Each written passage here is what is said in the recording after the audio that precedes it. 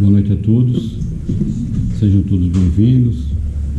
É com muita alegria que nós aqui nos encontramos mais uma vez para falar um pouquinho sobre os ensinamentos de Jesus, sobre a doutrina espírita, sobre a visão e entendimento que a doutrina nos proporciona.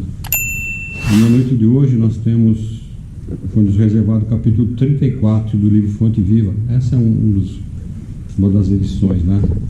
Já existem edições com a capa mais nova, um formato, tamanho um pouquinho maior também, para quem tem dificuldade para a leitura, né? Fica mais fácil. Capítulo 34, uma mensagem muito bonita do mentor de Chico Xavier Emmanuel, que tem como título Guardemos o Cuidado.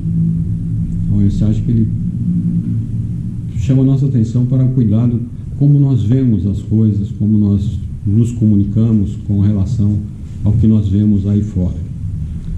E ele foi buscar inspiração numa passagem de Paulo, o apóstolo Paulo, São Paulo, ao seu discípulo Tito, que está no capítulo 1, versículo 15.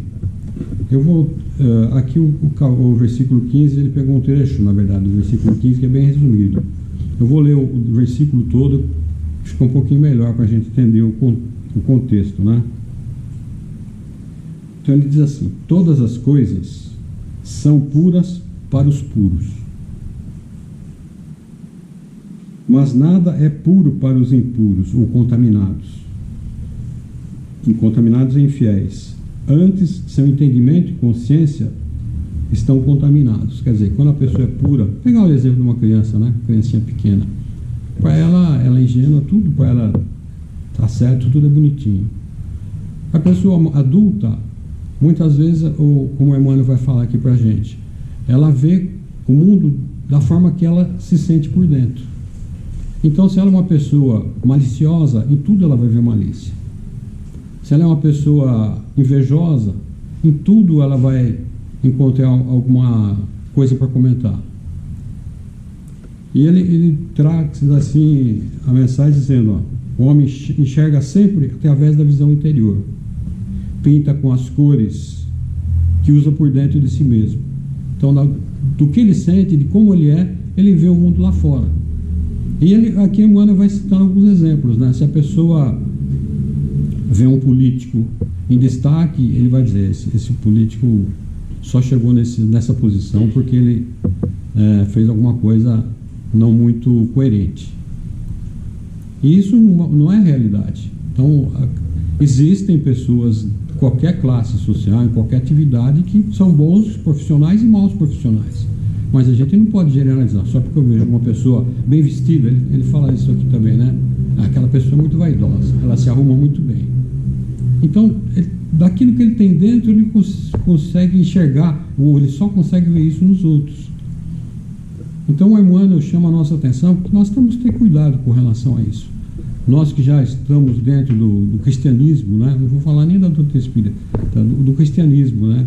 Jesus, antes até de Jesus, a gente tem até as conotações de Moisés, né? As leis mosaicas, né? Que ele fala, não desejar a mulher do próximo, não desejar o seu jumento, o seu servo, não matar, não roubar. Então, Jesus, o Moisés já advertia com relação a essa questão do comportamento que nós temos perante o nosso próximo. Eu não posso querer desejar aquilo que o outro tem só porque ele tem, eu quero ter igual.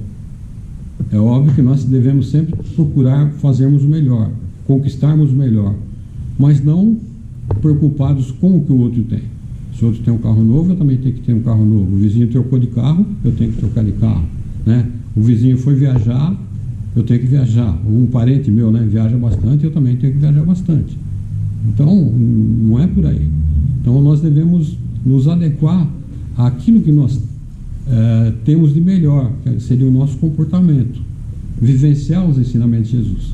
Cada um de nós está vivendo um momento, né? A vida que nós temos aqui hoje, ela é uma circunstância em função daquilo que nós precisamos prosperar espiritualmente. Então, nós devemos nos cuidar, né? Vigiar. Jesus dizia, né? Orar e vigiar para não cair em tentação. Então é isso, de repente nós podemos ter essa tendência, mas aí onde o nosso intelecto tem que falar mais alto, né? Quando me chega um pensamento desse, eu tenho que raciocinar. Eu preciso mesmo pensar, seguir essa linha de raciocínio? Eu tenho que me preocupar com as outras pessoas a esse ponto?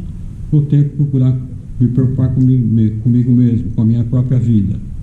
Depois tem até uma historinha que eu consegui encontrar num livrinho que chama Histórias ao Entardecer, que narra um episódio assim, né? Que fica até Jesus ensinava através de parábolas. E essas historinhas, elas nos ensinam muito, né? Porque é uma forma didática da gente entender. Até na quinta-feira, a nossa colega, não sei se todos tiveram a oportunidade de assistir ou ver até no YouTube, né? Ela contou uma historinha de uma senhora muito interessante, uma alegoria que ela também contou, de uma senhora que era uma senhora muito simples, que vivia no interior, em Minas Gerais, e chamava Dona Maria da Rua de Baixo, né? Ela colocou assim o nome da senhorinha. E ela falou, essa senhora ia falar, eu sei tomar café e conversar. Então disse que ela fazia o café, punha um banquinho na rua e ficava conversando com as pessoas, tomando café e conversando com as pessoas. E disse que o dia que essa senhora morreu, desencarnou, o velório dela estava repleto de pessoas. Que na verdade ela era uma terapeuta, né? Vamos dizer, uma pessoa simples, mas tinha a experiência da vida. Então ela tratava com as pessoas e ela, através dos ensinamentos, até a nossa colega falou que ela frequentava uma casa espírita, mas antes de tudo ela era uma pessoa cristã. Então as pessoas saíam revigoradas quando conversavam com ela. E ela apenas era uma pessoa simples que dava uma garrafinha de café para, como um bom mineiro que ela falou, né? Tomar um café conversando, né? Então é isso, né? A gente tem que fiscalizar os nossos pensamentos. Aqui ele diz assim, daí o imperativo de grande vigilância, ele até dá uma qualificação, né? O imperativo de grande vigilância para que a nossa consciência não se contamine pelo mal. E a partir do momento que a gente baixa o nosso padrão vibratório, né? Uma série de outras coisas, arrastamentos acontecem, né? Eu fico mais irritado, às vezes eu acabo não tratando bem as pessoas porque o meu comportamento que está errado. E eu só vejo o mal em tudo, né? De repente, uma coisa, por mais inocente que seja, como aquele fala, né? Às vezes um carinho que uma pessoa faça, a gente já vai falar que aquela pessoa está com outras intenções, né? Com segundas intenções.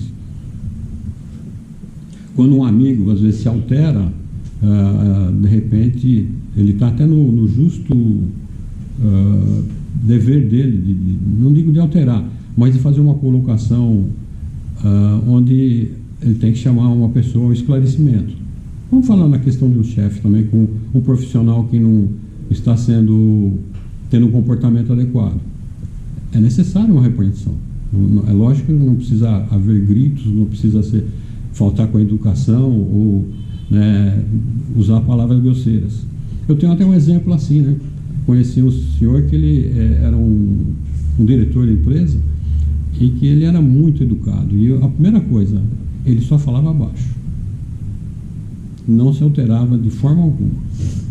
Às vezes a pessoa ia falar com ele, ele levava uns 2, 3, 4 segundos para responder. Ele olhava. Ele era uma pessoa muito tranquila. Tanto é que ele teve mais de 12 filhos, né? Isso estou falando agora nos nossos tempos, né? Para ser um pai com tantos filhos assim, né? Tem que ter paciência, né? Porque às vezes a gente com 1 ou 2 a gente já passa por dificuldades de comunicação, né? E ele tinha 12. Acho que hoje ele tem mais, né? A gente perdeu o contato. Mas é isso, né? A gente pode chamar a pessoa à razão sem perder o equilíbrio, sem perder a moral, sem perder o respeito. Pelo contrário, a gente ganha muito com isso, né? A hora está correndo, hein? Quando a treva se estende na intimidade e na nossa vida, deploráveis alterações nos atingem os pensamentos, né? Quando a gente está com as trevas, tudo de ruim a gente acaba pensando, né? E a gente tem que buscar entender, buscar nos ensinamentos de Jesus, né, os esclarecimentos que precisamos para as questões mais difíceis das nossas vidas, né? Alguma coisa, quando acontece conosco, existe sempre uma razão. E a partir do momento que nós acreditamos que existe né, uma verdadeira vida no plano espiritual, e que a vida que nós estamos passando aqui, ela é momentânea, apesar de levar, hoje as pessoas estão chegando até os 100 anos passando, né? Então existe uma razão. A vida aqui parece ser longeva, mas espiritualmente falando, ela tem milhares ou milhões de anos. Então a nossa verdadeira vida está lá, e o que a gente está passando aqui nessa escola da vida é um aprendizado.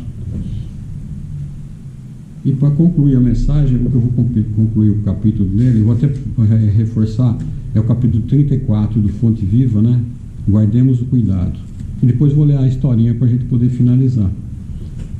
Casos intrincados existem nos quais o silêncio é o remédio bendito e eficaz, porque sem dúvida cada espírito observa o caminho ou o caminheiro segundo a visão clara ou escura de que dispõe. Eu lembro de uma passagem que eu costumo sempre comentar aqui, né? Essa passagem de Tito, vou voltar lá no título, que de Paulo a Tito, é que deixou Tito em Creta, na Grécia, para organizar a igreja que eles estavam estabelecendo, né, o cristianismo. Eles eram os homens do caminho, e Paulo era um grande divulgador e era um grande organizador, e deixou Tito com as incumbências, porque naquela região, segundo Paulo, as pessoas eram, mesmo aquelas que iam assumir as posições, ele coloca que teriam que ser muito bem selecionados, que aquele povo lá era um povo meio desorganizado no aspecto moral. Então ele teria que ter uma série de cuidados para as pessoas que ele fossem usar como colaboradores, para que não acabassem desmoralizando a doutrina, né? Hoje a gente vê qualquer doutrina onde os profitentes, ou principalmente os divulgadores, cometem seus deslizes, seus escândalos, compromete não a própria pessoa, compromete a doutrina, né? A doutrina cristã, seja ela qual for. Então o Paulo teve esse cuidado de deixar essa alegação para Tito, né? Com relação à questão da impureza de pensamento das pessoas. E a mensagem aqui para a gente terminar, bem rapidinho, eu acho que ela já foi comentada aqui, mas de uma forma um pouco diferente. Mas eu vou pedir licença para ler, para ser bem fiel à leitura, mas é bem rapidinho, né? Então ele diz que um casal de recém-casados foi morar num bairro muito tranquilo. E na primeira manhã que eles passavam na casa, enquanto tomavam café, a esposa reparou que a vizinha pendurava os lençóis no varal. E chamou o marido e falou: olha que lençóis sujos, essa mulher acho que não sabe lavar direito, né? Se eu tivesse mais intimidade, eu ia ensinar ela a lavar roupa. Aí 3 dias depois eles estavam lá e ela falou: olha, a mulher não aprendeu a lavar roupa, né? Será que não tem nenhuma outra vizinha que pode emprestar um sabão, alguma coisa melhor para ela lavar esses lençóis direitinhos? E foi assim, né?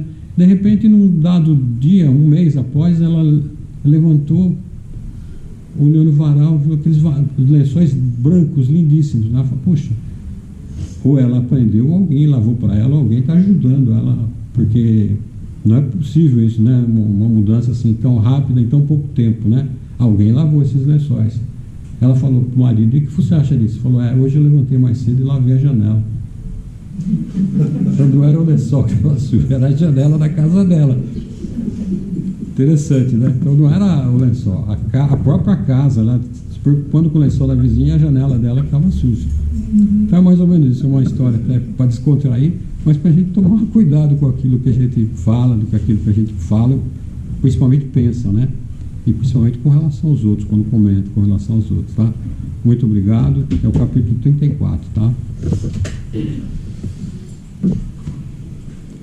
Então vamos assim, agradecendo a Deus, a Jesus, por esse momento de estarmos aqui reunidos nessa assembleia bastante fraterna, onde a misericórdia divina, através dos benfeitores espirituais, projetam sobre nós fluidos tranquilizantes, equilibrantes, que vêm harmonizar o nosso corpo, a nossa mente, os nossos pensamentos, o nosso espírito, a fim de que com essas liçõezinhas simples possamos gradativamente ir sedimentando no nosso íntimo a necessidade do perdão, da humildade, da caridade, da fraternidade com relação ao nosso próximo, não tendo pensamentos que possam destonar com as realidades da vida.